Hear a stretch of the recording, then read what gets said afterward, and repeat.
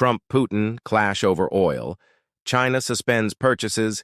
India considers a crackdown. The smiles and handshakes of Alaska are a distant memory.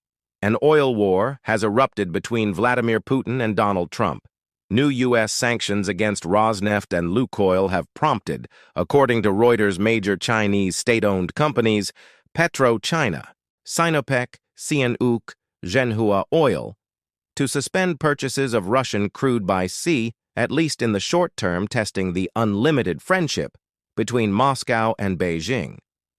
Independent Chinese refiners are also considering similar measures to assess the impact of the U.S. package, which includes exclusion from the Western payment system for those who continue to do business with Russian giants. Moscow rejects the accusations.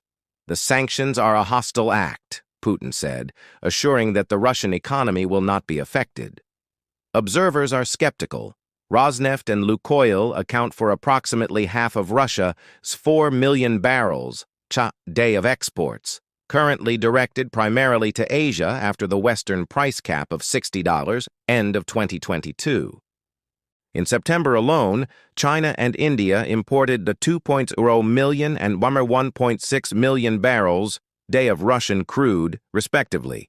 A halt, even temporarily, would be a severe blow to Moscow's revenues and to financing the war in Ukraine.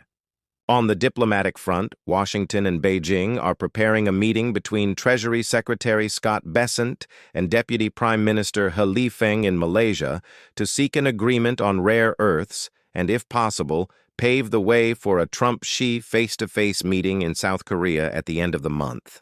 Meanwhile, India is ready to halt the flow of Russian crude. The halt would affect some refineries with direct ties to Rosneft and could facilitate a trade agreement with the United States. On the market, OPEC has expressed its readiness to intervene in the event of shortages, helping to dampen the crude price rally, which rose more than 6% after the announcement. A potential shift by China and India toward U.S. and OPEC supplies would particularly benefit Saudi Arabia, a key ally of Washington and a candidate for a more central role within the Abraham Accords. At the same time, Trump announced the suspension of trade negotiations with Canada, accusing it of inaccurately quoting Ronald Reagan in a campaign against tariffs. "Talks are over," he wrote on his social media platform, Truth.